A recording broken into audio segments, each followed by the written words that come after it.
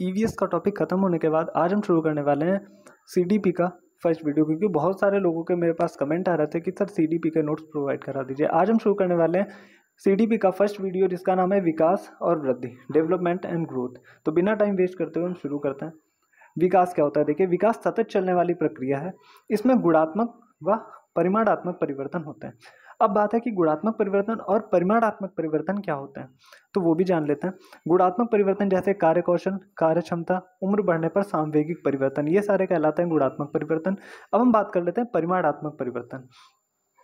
शरीर का कद बढ़ना, वजन बढ़ना, बनावट में परिवर्तन, ये सारे होते हैं परिमाणात्मक परिवर्तन। अब विकास की प्रकृति क्या होती है? विकास की प्रकृति को हम निम्न बिंदुओं के माध्यम से समझ सकते हैं। विकास की प्रक्रिया गर्भ धारण से मृत्यु तक चलती है। विकास की प्रक्रिया सिर से पैर की ओर चलती है। विकास की प्रक्रिया सामान्य से विशिष्ट चलती है। शारीरिक विकास तथा मानसिक विकास आपस में धनात्मक रूप से सहसंबंधित होते हैं। ठीक है, तो इसमें 3 पॉइंट्स बहुत ही इंपॉर्टेंट है। विकास जो होता है गर्भ धारण से मृत्यु तक, अर्थात जन्म से लेकर मृत्यु तक होता है। ये सिर से पैर तक चलता है और ये सामान्य से विशिष्ट होता है।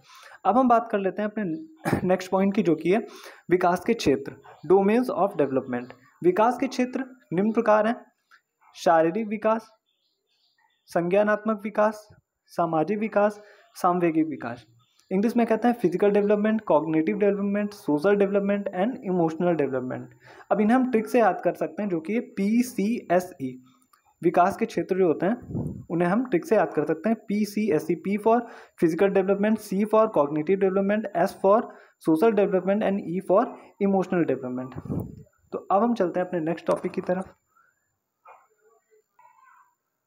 तो अभी हमने पढ़े विकास के क्षेत्र, जो कि 4 थे: physical development, cognitive development, social development and emotional development. अब हम पढ़ने वाले हैं गामक विकास। तो देखिए, गामक विकास होता क्या है, इसे इंग्लिश में कहते हैं मोटर डेवलपमेंट। गति संबंधी पक्ष जो शारीरिक विकास से संबंधित होते हैं, गामक विकास कहलाते हैं। गामक विकास मध्य गर्भकाल से आरंभ होता है। ये एक बार एग्जाम में आ चुका है कि गामक विकास किस अवस्था से आरंभ हो जाता है, तो ये मध्य गर्भकाल की अवस्था से आरंभ हो जाता है। बच्चा 6 वर्ष की अवस्था में इन क्रियाओं पर नियंत्रण स्थापित कर लेता है। मतलब जो गामक विकास के अंतर्गत जो क्रियाएं होती हैं, उन पर बच्चा 6 वर्ष की अवस्था तक नियंत्रण स्थापित कर लेता है। अब गामक विकास के प्रकार कौन कौन से हैं, उन पर डिस्कस कर लेते हैं। गामक विकास 2 प्रकार का होता है। देखिए, सूक्ष्म गतिक कौशल और स्थूल गतिक कौशल, fine motor development and gross motor development. अब ये सूक्ष्म गतिक कौशल क्या होता है, स्थूल गतिक कौशल क्या होता है, इनको भी जान लेते हैं।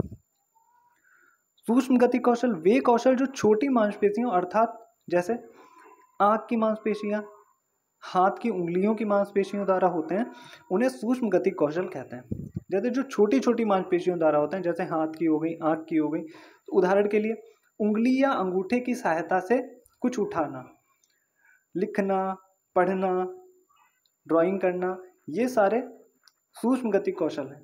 ब्लॉक बनाना, छोटे छोटे जो बच्चे ब्लॉक्स ड्रॉ करते हैं, वो भी सूक्ष्म गतिक कौशल के अंतर्गत आ जाता है। अब हम आ जाते हैं स्थूल गतिक कौशल क्या होते हैं। वे कौशल जिनमें बड़ी मांसपेशियां, जैसे कि हाथ की, पैर की मांसपेशियां कार्य करती हैं, स्थूल गतिक कौशल कहलाते हैं। उदाहरण के लिए घुटनों के बल चलना। देखिए, जब बच्चा घुटनों के बल चलता है तो उसमें उसकी बड़ी मांसपेशियां काम करती हैं, जैसे पैर की। खड़े होकर चलना, जब बच्चा खड़े होकर चलता है तो उसका पूरा पैर काम करता है। तो ये सारी बड़ी मांसपेशियां, दौड़ना तथा कूदना। तो आई होप आपको समझ में आ गया होगा कि सूक्ष्म गतिक कौशल क्या होता है, स्थूल गतिक कौशल क्या होते हैं। सूक्ष्म गतिक कौशल वे होते हैं जिनमें छोटी मांसपेशियां काम करती हैं, और स्थूल गतिक कौशल वे कौशल होते हैं जिनमें बड़ी मांसपेशियां काम करती हैं। अब चलते हैं नेक्स्ट पेज पे।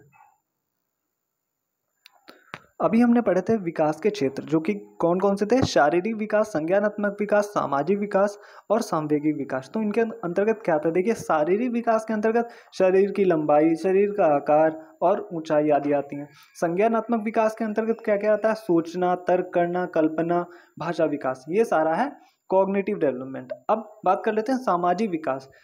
समाज के अंतर्गत निहित नियमों का पालन, जो सामाजिक नियम होते हैं उनका पालन सामाजिक विकास के अंतर्गत आता है। सांवेगिक विकास क्या होता है? सांवेगिक विकास अपने संवेगों को जानना तथा उन्हें नियंत्रित करना है। हमारे अंदर जो भी संवेग उत्पन्न होते हैं उन्हें जानना, उन पर नियंत्रित करना ही सांवेगिक विकास के अंतर्गत आता है। अब यहाँ से विकास का टॉपिक खत्म हो जाता है। अब हम शुरू करते हैं वृद्धि। तो विकास के बाद अब हम समझ लेते हैं वृद्धि क्या होता है। वृद्धि जो होता है विकास का एक छोटा हिस्सा होता है। वृद्धि में मात्रात्मक परिवर्तन होते हैं। देखिए उसमें अभी हमने विकास पढ़ा था, विकास में परिमाणात्मक और गुणात्मक दो परिवर्तन होते हैं। यहाँ पे मात्रात्मक परिवर्तन होता है, अर्थात जिसे हम माप सकते हैं, जिसका हम मापन कर सकते हैं। इसका क्षेत्र विकास की तुलना में कम होता है, अर्थात इसका क्षेत्र संकुचित होता है, विकास का क्षेत्र व्यापक होता है। अब हम अंतर पे बात कर लेते हैं। अंतर से आपको अच्छे से समझ में आ जाने वाला है। देखिए वृद्धि में मात्रात्मक या परिमाणात्मक परिवर्तन होते हैं, विकास में गुणात्मक व परिमाणात्मक परिवर्तन होते हैं। वृद्धि का क्षेत्र संकुचित होता है, विकास का क्षेत्र व्यापक होता है। इसको मापना संभव नहीं है। यह एक समय के बाद रुक जाती है। विकास निरंतर चलने वाली प्रक्रिया है। तो अभी हम कुछ पॉइंट्स जो हैं जो सेलेक्टेड हैं वृद्धि के लिए, देखिए मात्रात्मक होती है, संकुचित होती है, मापन इसका संभव है, एक समय के बाद रुक जाती है। वहीं विकास का क्या, विकास गुणात्मक होता है, व्यापक होता है, मापन इसका संभव नहीं है और यह निरंतर चलता रहता है। अब हम चलते हैं अपने नेक्स्ट पेज पे। अब हम बात करने वाले हैं विकास की अवस्थाओं की, जो कि 4 अवस्थाएं होती हैं। पहली है शैशवावस्था, पूर्व बाल्यावस्था, उत्तर बाल्यावस्था, किशोरावस्था।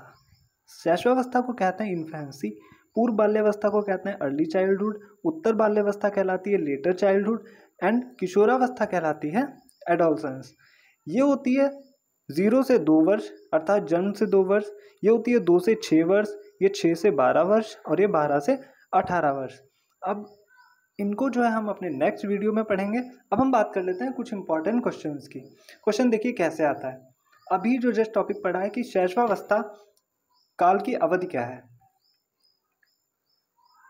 जन्म से 2 वर्ष, देखिए इसे 0 से 2 वर्ष भी कह सकते हैं और जन्म से 2 वर्ष भी कह सकते हैं। 2 से 3 वर्ष, जन्म से 3 वर्ष या जन्म से 1 वर्ष। अभी हमने पढ़ा था शैशवावस्था जो है वो 0 से 2 वर्ष तक होती है, तो हम यहाँ पे टिक कर देंगे। विकास का शिरा पदाभिमुख दिशा सिद्धांत व्याख्या करता है कि विकास इस प्रकार आगे बढ़ता है। तो इसमें ऑप्शन सही है हमारा, सिर से पैर की ओर। अभी हमने पढ़ा था कि विकास जो होता है सिर से पैर की ओर होता है।